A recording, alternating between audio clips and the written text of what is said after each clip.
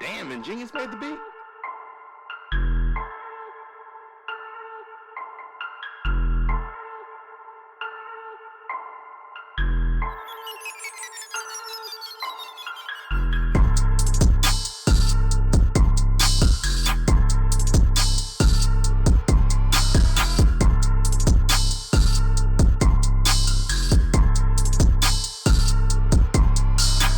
Yo, welcome to another episode of the Coach Life Podcast Radio. I'm, of course, your host, the Prince of Positivity, Coach Steve.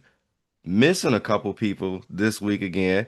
I know Coach Wash, Coach Luna, shout out to those two. They definitely coaching right now. So I know coach season is in play right now, but we got to keep the train rolling. And I got another special guest for you.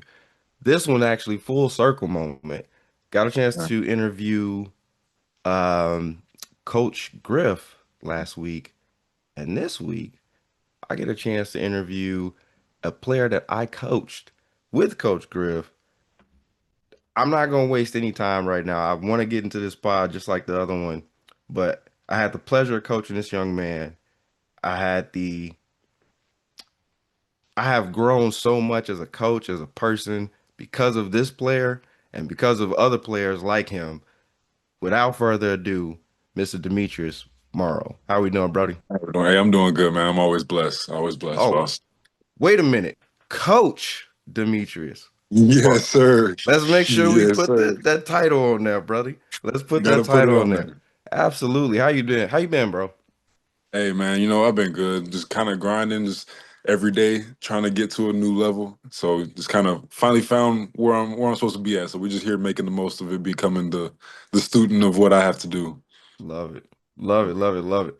Man, again, I got a chance to coach Meech when he was a wide receiver, free safety, all around slash Man, slash slash everything for us at crazy Joe's. punter, returner. Man, you did it all. You did it. You were the Swiss, one of the Swiss Army knives on the team for sure, for sure. Man, for So sure.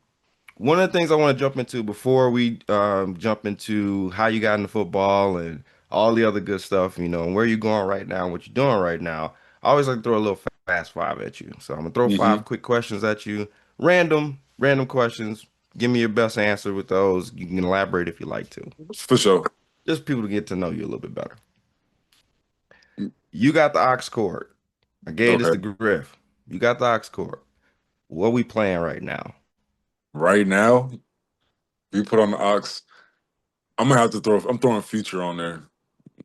Future on it. Like for me, even since Joe's days, it's always been the universal vibe. If I'm trying to get ready for a game, if I'm trying to relax, if I'm trying, he got music for all of it. So I'm throwing Future on. That is full circle. He get it. He get it all. He hit all the measures. All the measures. Right. Yep, That exactly. that is. If you had to pick one place to live for the rest of your life, where are we going? One place to live for the rest of my life, Tennessee. I love it there. I'm a city boy, but like I can find my cities in Tennessee. But I love the mountains and the nature and being away from everything. I like. Hmm. I go to Tennessee in a heartbeat. I did not know that. Did not know that. So Yeah. awesome, awesome. What is the now that we're coaching? Hmm. What is the difference from the players you've seen when you were coming up to now? Quick answer. One quick thing that you know that's different. Social media is the difference. These kids live on social media nowadays, so you kind of have the ego is more there because they have more people telling them that they're raw early on. Doesn't necessarily, I ain't gonna say good or bad, but that's definitely a difference. They definitely smelling themselves a little quicker. What is the go-to restaurant right now? Ooh, La Salsa's Donna Marie is this Mexican restaurant literally 2 blocks from my house right now. That's probably dangerous. Oh, it's very dangerous. I ended up selling the owners a car, and I sold his son a car when I was working at the dealership, and like I go there all the time. It's best Mexican food in the Quad Cities. Shout out to them. If we were not in football, what sport do you think you would have gravitated toward? If not football, crazy enough, hockey. If I could skate better, I probably would never have made it to football because I played hockey first, and I loved it. But the whole skating, them hockey players are athletes. Anyone who says different, they're probably some of the best athletes out there. Like being able to do football moves on ice is crazy. That's insane. That's insane. Okay, okay, okay. Let's jump into it because you said we played hockey first. So I'm assuming we played that as a youngin. Yeah, crazy thing. Football was the last sport that I got into. I didn't play until my freshman year at St. Joe's. I played soccer, hockey, basketball, and then football. So yeah, my mom was not trying to let me get on that field. Like she did not want me on that field. But when I got to Joe's, I pretty much told her it's time for football. I've done everything else. I don't really want to do it. I want to play football. I mean, you play hockey. So I mean, you are taking hits there too. Oh, 100%. Oh, and that was one of my favorite parts. The physicality of hockey was so fun. But like I said, there's more to it than that, and I couldn't really get the rest of it. Got you, got you. So we gravitated toward football our freshman year of high school. What Yep. was the transition? Like, what did you have to mentally transition your brain over to football, or was it because you No, played all these different sports, it was just natural? I've always been a competitor, so that part always translated into everything. And being real, like this was kind of the story, the beginning of the story where I say football saved my life because I didn't really like plan on. I didn't know what all came with playing with football. So in my brain, I just had some friends that were playing, and I was like, "Oh, I want to play too." But you don't realize, all right, that means you have to get good grades in high school. You got to keep things up. And so like I wasn't even. I didn't really like. So by the time I had got to St. Joe's, I was so checked out of school. It wasn't even a Hmm. joke. So getting getting into football at St. Joe's really kind of opened my eyes to everything else that was going to come back and really kind of made me make the changes that were necessary so that I could keep on playing ball. So that was kind of the motivation in that it kind of woke up a lot in me in that aspect. So it wasn't really much of a shift for the sport, more so a shift as to everything that like the responsibilities that came along with being an athlete. So I love that answer because for a lot of us, um, the sport is what the sport is what kind of attracts us, right? Hmm. And when you say like football kind of saved my life because it gave you a different perspective, was it the what was it? Was it the coaching? Was it the school? Was it was it mom? I know definitely it was a big portion of mom because I Man, shout out to mom because I've met mom. She ain't nothing to play with. not even close. Not even close. But like being real, it was a mixture of the coaching. Cause I mean, y'all, you, Coach Griff, uh, Coach Hayden, Coach Corelli, like y'all real life were like the father figures that I had at that point in time. So like there from the times that y'all were hard on me to the times that y'all pulled me aside, then couple that with the responsibility of having to maintain my eligibility and like kind of just keeping myself accountable in certain things. Mom definitely was a factor because she wasn't for no games. She wasn't about to play with none of that. But just a lot of the whole everything that came along with it really helped me in my journey along the way for sure. I love that because again it goes back to it takes a village, right? Oh, it definitely does, especially with me. I ain't make it easy on nobody. I mean you're a little hard, at times. Man, I ain't make it easy for nobody. So making going through your freshman year, what do you remember most about playing football your freshman year? What I remember most about my freshman year, there's a couple things that I remember. I remember how quick my stint at free safety was because I literally only played free safety for like the first half of the season. Then A minute. I was a receiver by the end of the year. Um, but craziest thing, the thing that always sticks out is Coach Hayden's running club. That I will never forget that. Like it was literally after a game we lost. We were on our way back. We were You're on our probably gonna way. talk about that a lot. Yeah, we not. Yeah, we were on our way back, and everybody was loud. I don't know what it was, but I must have stood up and said something, and Coach Hayden heard me at the front of the bus, and all I remember, he said, "Hey, Meech." I'm like, "What?" Runners Club. Oh, and I that cuts through every like I still so like that just the discipline and knowing that like there's always eyes on you. There's always somebody who is aware of what you're doing. And it's just like stuff like that. Like that was something that I learned that year for sure. Like the accountability of it. That was my first time being a team captain. So like Hmm. really being a leader, it made me really forced me into a leadership role. And so it kind of started molding me into what I had to do for today. I love that. So let's go back to the free safety wide receiver conversation. Hmm. We obviously know we got to do what's best for business, right? Yes, sir. As a coaching staff, right? You obviously, as a coach, you understand this now. Hmm.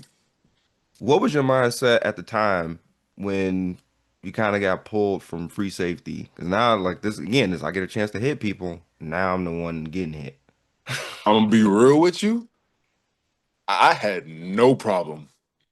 Cause being real, I find that when you get hit with the ball in your hand, it hurts less. So you telling me because like I liked it, led in interceptions, cool. I'll catch all day, but you're telling me to now come up and run fit. I'd much rather be the person that has the ball running through the tackle. That's just personal preference. So it was a very easy and accepted transition for me. So that, again, I think that was one of the reasons why me and you clicked very well because I feel the exact same way. I had that same mentality. I would prefer to have the ball and go get hit as opposed to or try to go hit somebody as opposed to trying to fit up and trying to hit somebody, right? Exactly. I Like, remember we were doing Oklahoma drill freshman year and I went up against Armand and mm-hmm. caught a stinger. The first time I knew what a stinger was, I said I never want to feel that again. So yeah, it kind of helped me out of that position. Yep, absolutely. Absolutely. Would you prefer though, if you had to go back, would you have told yourself which one you feel like you would have had more fun with? I know it's kind of hard because obviously you play receiver the vast majority of the time, but I know we did transition you to a free safety quite a few times. Yeah, honestly, real being on defense is so much fun. It's just less rules. It's literally just find ball, get ball. So like Hmm. that part, I love the brain off part. I loved it. So it's just I just got to go and react to what I see, and my brain was as I'm always in position. So at that part, I would say playing defense more fun, but scoring a touchdown is top tier. That's the hype. That's the hype Yeah. right there. That's the hype. So making your transition again, going into your sophomore year, and this is when I get a chance to really get my hands on you at that point. No Yeah. Diddy. But this is when I get a chance to really start coaching you, really start working with you. And one of the things that I always saw was that small attention to detail. Like we would always talk about when we running routes, like stemming off of routes and like trying to make every single route almost look the same. And Hmm. that same type of mentality, like I will watch AB, Willie, I see you guys take off and it's like, okay, they get it. It's like day one, like we were practicing stuff that was like I had a plan in mind of what it is that I wanted to do. And I was like, I have to go back and really stay in my playbook now because these guys are picking it up a lot quicker than what I would Yeah. have thought they would have. So one of the things that I saw like significantly with you was the ability to go back and player coach a lot of the kids that were on the team with you. Hmm. Is that something that again was pretty easy for you because you just understood the game, or is it just something that just you just So I've always been a student. When that was one thing I'm a reflection of the teaching that I take in. And so Mhm. one thing that does is it builds up a certain level of confidence due to the work that I put in. And that confidence is really what came out in all those things. It's more so like I'm out here working. I can identify people out here that are working harder than me Mhm. And so like there's no reason why certain things should fly. So like that was kind of really where that came from, just the confidence of knowing like we're out here busting trying to get this work. And so like you're not gonna be out here and just try and coast through anything. So like that more so, yeah, it was more so just coming from I can back up anything that I say because I'm out here working. And so I'm gonna say it. And if you don't like it, that's tough, unfortunate. I remember times me and Javon almost went at it just because we were. And I was like, at the end of the day, bro, it's gonna happen. What's gonna happen? But like, I'm gonna still say what I gotta say. So it's just that's how that came from. Just having that again, that confidence that you can get it done. I can definitely say that you amongst a lot of the wide receivers that I had a chance to work with. You guys were some playmakers.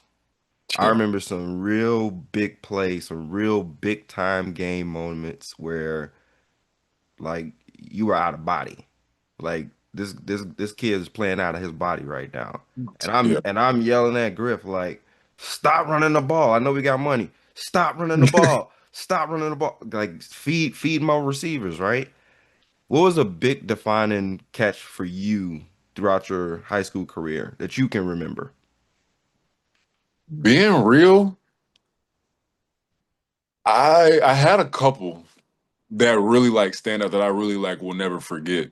My first touchdown was when we were still playing at our old field at St. Joe's.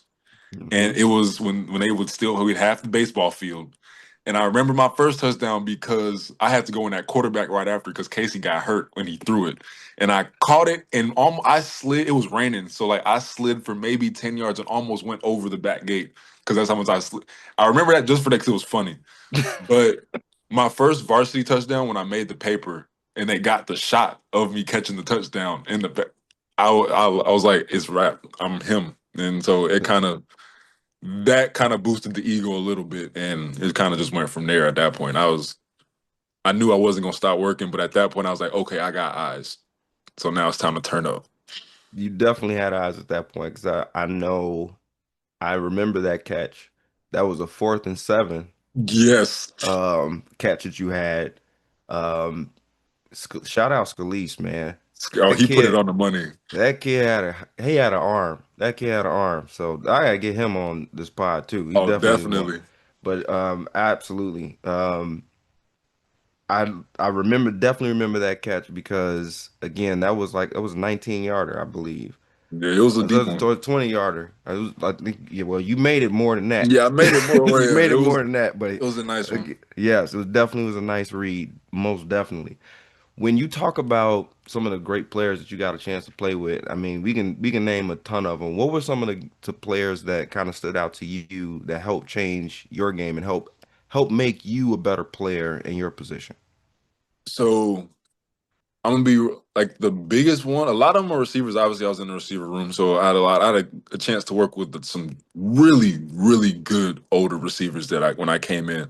Aaron Bell, he was really Beasley really got me into conditioning. Like if it was not for him, I don't know if I would think about conditioning the way that I do. He really got me to love running and love conditioning. And it's like if this is not the funnest part of practice for you, you're in for a some work for real. And so he really making it always a competition, trying to be Mhm. faster, knowing that I wasn't, but trying to beat him in everything. Like him, Damo, always just made everything that was supposed to suck a competition, which kind of shifted that paradigm in my eyes. Being able to work with um for a short time when I was there, Cameron Meredith was there my freshman Mhm. year. He was there as a senior when I was there. So like got being able or not Cameron, Demetrius Carr, Big Meech, he was there. It was crazy. People don't realize that was really for a long period of time. I had to wait for people to even call me Meech at Joe's because when I Right. got there, Demetrius Carr was a senior. And His so name is like Meech. he was Meech. So like they couldn't even call me Meech until my sophomore year pretty much. So like it was Hmm. crazy. But yeah, yeah, there was a lot of veterans when I came in that really kind of sat me down showed me what was up. I was there. My sophomore year was when Jaleel Johnson ended up leaving about it out of Joe. So I was able to work out with him a few times. Kind of got some work ethic talks from him, just kind of on how his brain clicked a little bit. So Hmm. I've been able to kind of pick the brains of some really good athletes. So they all kind of helped me over at Joe's. Making that transition to college, Hmm. we go to St. Ambrose. Yeah. What was the mindset stepping onto that field now? Because obviously, coming from Joe's, we didn't have the best record, Hmm. but now you got an opportunity to set a new path for yourself. How was that transition? So the transition to St. Ambrose was interesting solely because I felt like I had a lot to prove. Coming off of an ACL injury my senior year, with my pretty much my season getting cut in half, lost a lot of offers, lost a lot of looks. Like stock went down. So it's like I really and like I still wanted to make y'all as my coaches proud to have coached me moving forward. So it was like I had a lot going in my brain as far as even being able to prove to myself that I was still the same person that I was at before Mhm. that happened. So like I kind of went in with a chip on my shoulder and I knew I again like that confidence of knowing that bro, I've been working for this. There's no opportunity that's too big for me. I'm always going to show up in the moment because that's what I've been coached to do. And so it was really just I got to go out there and prove it. And I was for the first 3 days until unfortunately I ended up tearing my other ACL my third day. And once I got through 3 days of freshman camp, got brought up to varsity camp, second day into varsity camp, got high load and tore my other ACL, which really was an unfortunate way that that went. But I was definitely on my way to doing a lot. Even from off camp, my scholarship got doubled. So Right. like they were like, "We're keeping you here." So it was good. I met some really good teammates there, and that was really the takeaway from Ambrose because not going to talk negative about any program, but there were some things that could have definitely been handled a little differently on that aspect. So where do we go from here? After we, we have our injury and now we gotta, Yeah. recoup So this one now. at that point, so I got cleared the week before I reported to Ambrose, and that was a 10-month recovery off my first ACL because I straight blew that first one was That nothing first one nice. was gone. That first Yeah, one, yeah, your senior year, that was not nice. that wasn't so, and that was 10 months, and then the second one was 8. And then I had to go in for a second follow-up surgery to clean up the meniscus on that second. So then that was another 4 months. And so like by the time I even got and like I'm just pushing through. And by the time I even got playing ready, it's my junior year. Hmm. And so and by this point, you know how it goes when it comes. You just got a player that you've just seen injured this whole time, and it doesn't really bode confidence and you keep it going. So like by that point, the writing was pretty much on the wall as for what the coaching staff was going to allow me to do here. And so Right. at that point, I had to just kind of make an executive decision that I wasn't going to continue at Ambrose. And so after 2.5 years, ended up coming back home, finished my rehab. Then that's when I got into a 7-on-7 league with some of my family members that was still trying to play ball. Hmm. Completely ate that league up. And that was really the start of building my confidence back up. Ooh, my bad. Yeah. And that was the beginning of me building my confidence back up because boy, it was not nice for anybody we went. I'm talking about we were scoring left and right. There wasn't no Hmm. DB that was guarding us. So I was like, okay, that's when I kind of started bringing back on a lot of the mentality stuff. Like we we kind of you kind of rushed through my sophomore year, so I wasn't able to really give you your credit for all the stuff because like a lot of this stuff, real life, like stemmed from there's one specific conversation we had my sophomore year, that I will literally never forget that will stick with me forever. I remember the whole setup like it was yesterday. Going to practice. That week before, I had like twisted my ankle in the game and like jammed a couple fingers in practice, like just little stuff, but like it impacted stuff. Right. Going to practice, I'm in a good mood, thinking we about to get a good practice in. I see coach does not have the same energy. I'm just like, "What's up, coach?" You just look at me and you're just like, "Man, like I don't even know which meat I'm getting today. Like what am I gonna get?" And I don't think you really like when you talk about driving at 100 miles an hour, slamming on the brakes, just took every. I'm whoa. What are you talking about? Mm-hmm. And that was a conversation where we literally were talking about the difference between being injured and the difference between being hurt, the difference between what you can play through and what you can't. And then the one thing that always stood out was that was when you gave me the analogy of when you have one car that's standing still and you have a car that's moving 100 miles an hour and they run into it, who's going to get hurt the most? The one that's standing still. And then you said always move at 100 miles an hour. That translated into my entire life. That I do that everything. Like from that point on, I never forgot that. I still have the girdle to this day that I wrote 100 miles an hour on. It is in my coach's Yep. bag. Like I see it every time I go coach.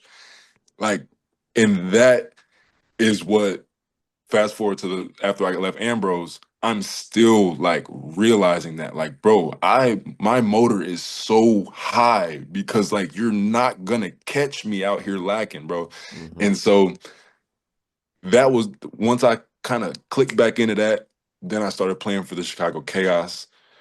Did 2 years with the Chaos, went crazy with that. But then I realized that I had partially torn my ACL again, and I was gonna need another surgery to like really be able to do what my mental was telling me I could do. Right. And I just couldn't go. And at that point, I had kind of really had my share of rehab. So I was like, at that point, I had spent maybe 2 full years on crutches in total. Mm-hmm. Another year and a half, like with my leg braced up. Like Nah. I'm over at that point. So it was really a sore spot for a very long time. Like I stopped watching football. I got detached from the NFL, to college. Like for about 5 years, I started working warehouse, started just anything. But I was like, I was physical, but I just couldn't be football. And so Mm-hmm. getting out of that, that's why this past year, it's really kind of started bubbling back up. Like, bro, you know you can't be done with this game. And so that's how I find myself. This past year, I was the offensive coordinator and the skills coach for the Illinois Wildcats, which is a semi-pro team that they started out here. A couple of my players got picked up by the Iowa Power, and they put me in contact with their front office. They like what they heard, so now I'm the wide receiver coach for Hey. the arena team. So it's like and I love it. I'm really doing what I'm supposed to be doing for sure. So I'm gonna I'm gonna take a second because you tried to get me. You tried to get me. You tried to get me. Um, I remember that conversation because we were sitting in the gym and I had you sitting on the bleachers and we were just having that conversation about all the stuff you were just talking about, like the difference of playing through what you know you can play through. And it's funny because somebody had that conversation with me at one point in time and told me this exact same thing. Like again, it's a difference in playing hurt and being injured. Like it's two different things, right? Yeah. And it's funny because when you see something in somebody, when you see a lot of yourself in somebody, like in my entire wide receiver core, I got a chance to see a lot of my faults in you guys. And it was like if you can help change that course just a little bit, if you can get them to think a little bit differently than you thought, and I think I did something, right? You're doing something right. And to hear you say that like that kind of changed the course, and I again, that was sophomore year. And yeah, you did come in. You look like you. I remember when you came into practice.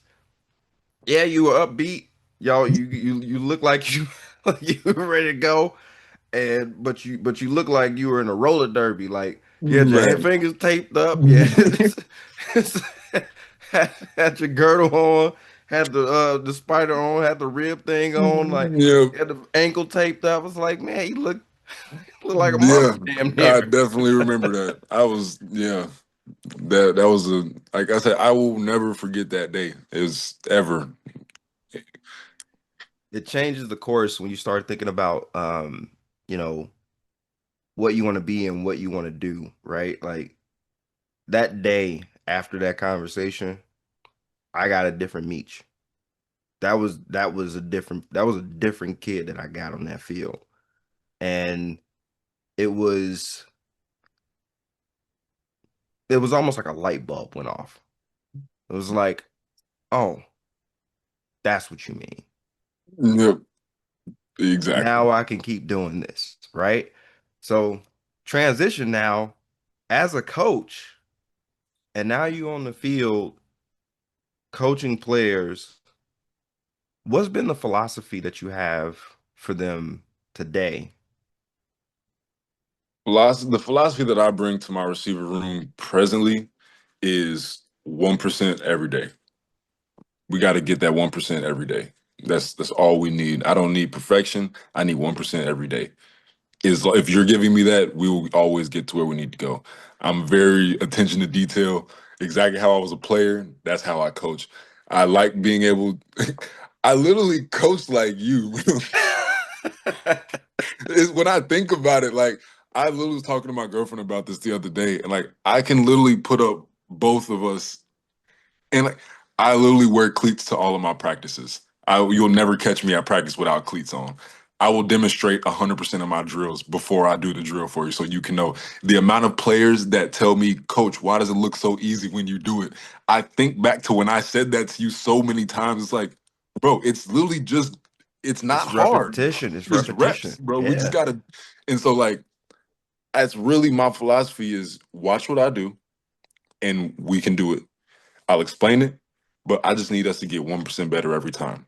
1% better every time we do it. So that's really how I do it. And it's like I think about my time watching or being coached by you, and then my time coaching, and there's so many similarities there. It's ridiculous. Yo, this ain't a Coach Steve pod, so we could keep this. He gonna keep this on you.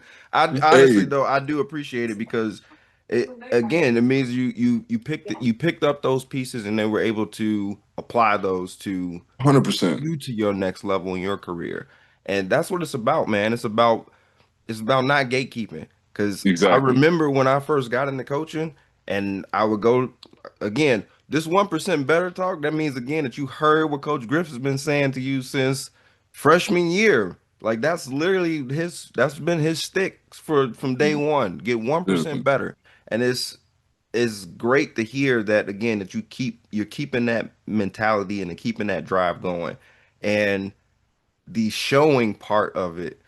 I think that correlates so well with everybody. And I Yeah. don't know if again, like, do you see other coaches? Like, I talk to Griff every once in a while. I've talked to Coach Corelli a little bit. It's really y'all three are the only ones that I really like kind of come across. I've seen Coach Racine. I've kind of come across him in the past couple times. mhm. But I still talk to Griff. That's I don't give him enough credit as much. He that like I don't think I would have graduated high school if it wasn't for Coach Griff. Even with football, like Yo, the yep, amount of times he done pulled me out the hallways, like bro, didn't he have to say nothing? Just yep. That's yep. it. Got you. Like he played a huge role in getting me through it. So I'm blessed to have had the full staff that I had at Joe's. Like that was God right there for sure. And that's where I kind of want to touch on because I know your faith has always been extremely strong. Going through all the transitions, the ups and downs in football, that could obviously play a toll up here. How did he help you keep this going 100 miles an hour? Man, I'm gonna be real with you. So I I have ADHD brain for sure. So I have the stigma on that growing up was a lot different than my perception of it now. Mm, I look at it at this point, he God knew what I was gonna have to go through. Like everything's right. He knew the end before the beginning started. So it's like he understood it. So with me and how my mental works, I am very capable of almost absorbing and deflecting a lot of negativity and to just keep it going. Because like when I get focused on the goal, that's really all that matters. And it's like I understand that the negative is gonna come with the work and with the grind for it. So I kind of my brain never really gets off of 100 miles an hour. And so that it helps me because at this point in my life, it keeps my pace up. It keeps me going. Even though things are happening all over the place, I can still kind of check it off, check it off, check it off, and keep on going. And it doesn't really phase me too much. So I say a lot of people will look at certain things of mental this as a nope. God gave me what I needed to be able to move because I feel like if my brain moved any slower than it did right now, I don't know where I'd be. So I say he equipped me to be able to handle what I needed to handle for sure. So again, making that transition from a player to a coach, sometimes that's not always smooth. And I remember specifically, I think it was your junior year where we were in practice one day. This was right after scout team, and because you were bitching and I didn't let you play quarterback for whatever reason. Um, Probably. um, but I remember you asked me a question like, um, because I was playing scout team quarterback. Um, it's like, do you miss it? Like, do you really miss it? Do Oh, you find yourself now as a coach coaching it? Do you find yourself missing the times being on the field, or do you feel the fulfillment in watching the success of your team? so it's kind of both. When I'm coaching at practice, like I said, I do enough hands on to where I get in the grooves and I hit certain route, I hit it, and I'm like, oh, that was nice. Hmm. It was like I just messed that one up for sure. So Right. like I get in those. Um, but it's weird because I do miss it a lot. I can't lie. The subconscious in me, especially because I know that if I were to go and get this last surgery and go through the recovery, I could put myself back in shape to be able to go out and play still. I don't have any, like, the mental's still there. My hands never gone anywhere. From when I was coaching in the Wildcats and the Power, I warm my quarterbacks up. I'm 30 yards down the field running side to side, doing running, catching. So like there's a lot of people that have seen the ability I have currently. Like Hmm. I just had fans and refs tell me to take my coaching polo off and go get a jersey. Like at this last game we just had. And so like knowing that I can still do that definitely it leaves me wishing sometimes, but one of the things that I had to do even before I was able to bring myself to come back to coach Hmm. was being settled in the fact of this is the chapter in my life. And so when I go out there and I see my receivers go crazy when we're in games, I see them score, I see them hit dirty routes and hit. Oh, I feel like I'm right there. Like when in the QCFA, um, I was the offensive coordinator, so I was actually on the field calling the Hmm. plays. Hmm. Oh, if we scored or if we had a crazy play, you would think I was a player. I'm running down the field. I'm in it. I'm fully vested in my guys, and because that's the energy I give them when I coach. So when they can get turn around and give it back out, that checks all the boxes for me. I love that. I love that because that was me on the sideline. That was 1,000% me on the sideline. So, what's something in your coaching repertoire today that you've taken from how you've been coached at Joe's and all of your football experience, essentially? What's one main core principle that you stand on? Um, one thing that I stand on, and it's crazy because it started as a complaint at Joe's and kind of morphed into something different moving on. But as a receiver, your only job outside of catching is running. So you're gonna run all the time. That's period. That's the whole philosophy. You're gonna run all the time. Your whole your whole practice, we're running. Like Hmm. so it's like, yeah, we might not condition crazy after practice, but that's because I've had you guys running for 2 hours already. Like Right. we're running routes. We're running routes on cones. We're running routes on air. We're running cone drills with the route at Hmm. the end of it. It's like Hmm. you're gonna run. Period. Like, and if you're dropping passes, that's when we're gonna condition and run after practice. Right. So we got Like some extra running. now we got more running. But like, no, that philosophy, I live it. And it's crazy because me and my defensive coordinator go back and forth all the time. But he always talks about how they all obviously DBs always think receivers got it better because we're not doing enough backwards. But I'm like, bro, if you ever take a look at my ND sessions, my receivers are gasping, bro. Like we don't go easy, bro. And because like that's what it is. I need fourth quarter to come around, and we're still burning people down the field. So like it's really a non-negotiable. Yeah, absolutely. Absolutely. Again, goes right back to 100 miles an hour. 100 Again, we miles an got hour. all the gas in the tank. Like, so we know we Exactly. getting the ball out here. On bro. On bro. So what's one of your, I guess, what's something now that you enjoy most about coaching that you didn't really get a chance to see as a player? Outside of, again, calling the plays and being in it, what's something else from the, I guess, from the coaching aspect of it? Like, what's something that you see now that you're like, this, I enjoy this portion of it? I like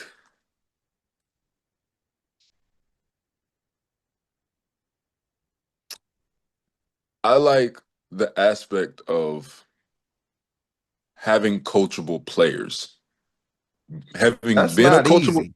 no, like having been a very I like to say that I was very coachable. Yes, yes. I in like have coming across that athlete that when you call them over, they're attentive and you say what you have to do and they listen and then they go out, then they change it. And it's just like, whoa, like That's that, not that's like not have always common now. no, it's not. It's not. And honestly, as I've gone like in like the semi-pro and I'm in professional league, like you come across a lot of egos and you have a lot of players who've been playing for a long time and like it's different than players who are just getting into high school. So like they've been smelling themselves for a while. Hmm. And so but coming across players that truly give you an ear and truly actually want to learn, like that, because that's the whole reason why I wanted to get into coaching. I've always wanted to give back. And so finding players that actually are Hmm. willing to learn, that's one of the most satisfying things I could possibly even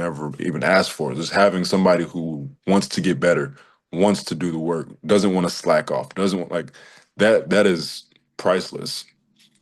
Now, on the flip side of that, again, you got that other player. How do you help mold and shape that player so that he can understand those same lessons and values that you're instilling in the other? Um, I'll say it's a little different at this level than when I was in the QCFA last season. Hmm. Because in the QCF last season, it's semi-pro, so there's a lot more leeway with players. Um, there was not as many like disciplinary guidelines in ACT. So when certain character traits would flare up, it'd be less of a all right, now you're in trouble for doing this. So I had to kind of diffuse a lot of situations and talk to people and have a lot of conversations and kind of like how y'all would pull me aside if I was getting out of pocket. And like I've had to do that a lot. Um, Not so much at this level. My Hmm. head coach and ownership don't really play that. So it's they lean it's this is professional. So they're like, if you can't act professional, we will find somebody else to wear your jerseys. It's really different now, but I'm very much a communication person. I will have a conversation. I will pull you aside as long as we can respectfully have a conversation. If you sometimes if it gets to the point where you just feel like your ego is too big for the program, then obviously there's not really much we can do at that point. Absolutely. But I will. I don't have an ego about me at all. we can go talk about whatever you want to talk about, bro. And so I've had to do that a few times. Like I said, it's not really a lot of room for that where I'm at now. Mm-hmm. You pretty much have to keep your stuff in check. But I I definitely won't hesitate to humble somebody through my own actions. Like I said, I will display everything. So you're talking about all this, bro. I will go out and do it, and then you better not say anything after I do it, but go and do it. So like, that's one thing I love being in my athletic state now as a coach because I can do that, and I feel like that's a little bit of a perk I have right now. Well, take advantage of it now, brother, because I Yep, can't go back on that field and go do all the same stuff that I was doing with y'all. That's for sure. man, that's crazy. That's for sure. So take advantage of it now. No, I definitely am. Definitely am. You obviously have the ear of a lot of future players that can do a lot of different things, can go a lot of different areas in their football career. Mhm. How do you shape them? How do you shape them today to be on and off the field? Like, what else are you doing? Are you doing anything with them off the field to kind of help them? Um, right now, I am about an hour away from my players because they're up in Dubuque and I'm in Moline, so I'm about an hour away. So I don't really get a lot of in-person time outside of like events and practice stuff. I'm up there pretty often. We Hmm. spend a lot of time on Zooms, and I talk to a lot of them individually. Like I said, I'm a communicator, so I check in with them all the time. I understand football is it's a passion of ours. We love doing it. It's Hmm. also a stressor. So I understand there's two sides of this game. So I always want to make sure that mentals are good. Um, so I always reach out to my players and making sure that their mentals are straight, stuff like that. We do a lot of community outreach and a lot of stuff. We have a lot of sponsors on the team, so we always have like sponsor events that we go to and things like that. Nice. Um, so yeah, it's mainly I'm here to make sure that my guys are both physically taken care of, mentally straight, and like are preparing bigger. Because I have a lot of older guys on this team. When I was on the Right. Wildcats, we had we had two guys that one guy just graduated high school a couple months before he started, and then another guy literally graduated during the season. Like literally went to prom during the season. Like so we had two really young guys, and I changed up a lot for them because I understood where they were at. Both of them were little. Well, one of them was going to college. He's in at Iowa Western right now, playing Hmm. DB. So a lot of my talks with him and one of my guys, Oos, he was actually one of these receivers. I was there when he tried out, and he was literally like my protege. Like from when he started to now, like it's one of those things where like I'm proud of what he's done for sure. But with them being as young, I just had to really get on them about just their mental and keeping your mental strong because that will put you out of position quicker than anything that you're doing physically will. And Hmm. so that's where I kind of figure out where people are at and just kind of meet them where they're at for where they have to go. So that's kind of how I maneuver as far as trying to be that mentor coach side for them. Awesome. Awesome. Somebody that's trying to make that transition trying to make that transition to become a coach. What are some words of advice would you give that person that is interested but not really fully committed? Uh, I'd say a couple things. First, don't listen to everybody. That it took me so long to get into coaching because everyone's, oh, you need these degrees and you need this, and nobody will take you without this. And so I'm over here looking for courses to take, and I'm just like, bro, I wasted so much time trying to like check off these lists everyone else was telling me that I need. All you gotta do is go talk to somebody. If somebody has a need, somebody like I literally got like when I was coaching for the Wildcats, that was my first coaching experience ever. I found that out just because I happened to know the commissioner, and I just sent them a message asking them, "Does any of your teams need any coaches?" Within 10 minutes, he sent me all of his GMs. Like I'm like, it was literally like just ask and like Hmm. and don't go into it looking for the paycheck because Like there's Sometimes it ain't there. it's not there. Like it's not there, especially at the beginning. It's really not Hmm. there. Like I'm blessed to be under contract with the Power, so I do get a little bit something on there, but like that's a blessing. Like that to be a first year professional arena coach, that's unheard of. So it's Yep. like, and that's because of what I did for the Wildcats, and then the words that preceded me onto the Power. So like I was able to have a little bit of leeway and a little bit of negotiation room, but like you really got to make sure you love doing this because it is a time commitment. You're like you're really stepping up into almost a parental role for your players because you have to make sure they're good. You got to think these players, especially for where we're at now, these players have left their families, they've left home, they're literally our responsibility. So it's like it's a huge responsibility. So if you don't actually love doing it, it will be stressful. So I'd Facts. say make sure you love it. If you love it, bro, it's gonna be one of the most rewarding things ever. Like I up until last week, because I'm in between jobs right now. Cause like I told you, I just had to change jobs. I've been selling cars for the last year. Love selling cars, but it just got to the point where it started conflicting too much, and so I had to realize, okay, if I really love coaching, I'm gonna have to make some sort of change. And yeah, it was a scary transition period, but made a different change. I'm in a different area, but it's unimpeded now. I have more time to do what I need to do. And Hmm. it's like those type of changes and sacrifices like are going to need to be made. And but doing that, I would do it 10 times out of 10 to be able to do what I'm doing right now. And so I say if you love it, all the stress, you'll feel it, but like it won't keep you from keep on doing it. That is. That is. Meech, man, this has been a absolute blessing to have you on the pod, to have No, this appreciate it. conversation with you, to see your growth, not only as a player, as a coach, as a man, and watching you continuously pour into the next generation of football, the next generation of men. Let's just say that You know, is monumental. I cannot thank you enough for being the coachable, teachable, responsible man that you are to hear what the young coach that got his same start from Coach Griff by just asking a question, right? yep. Do you need any coaches? Right? I thank you for being that player. I thank you for being that person. I thank you for continuing this same mentality because it is vastly, vastly needed. Good coaches like you don't come around often. I'm not saying they ain't good coaches, but there's a different mentality when you just coach the game because you understand the game, and there's a different mentality when you coach the game not just because you understand it and you love it, but you love the people behind the game more than that.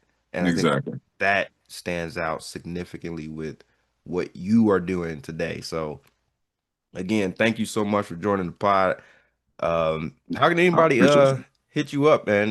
What's the handles? Hey, so I mean, I'm not that hard to find. Demetrius Morrow on Facebook. I'm on there. King Lear said it. KingLeerSaidit on all We, socials. we didn't get into that, but we may have to have you back for a round two to talk about that too. Hey, you already know I'm a man of many chapters. Yes, sir. Yes, sir. I appreciate you for having me on, Coach. Hey, it's much of a blessing for you, blessing for me. I This has been something that's been a long time coming. So I'm glad we were finally able to get this down. Absolutely. Absolutely. Again, this ain't gonna be the last time for sure. We definitely gonna have you Nah. back on for a part two. We probably have to get a couple of the players back on. So Oh, we're a little reunion pod for that's sure. yeah, a little reunion pod. We're like definitely Coach Washington definitely love that. Definitely. Again, if you like what you heard, smack that like and subscribe button if you want to hear more from your Coach Life fam. Until the next time, family, stay positive, my friends.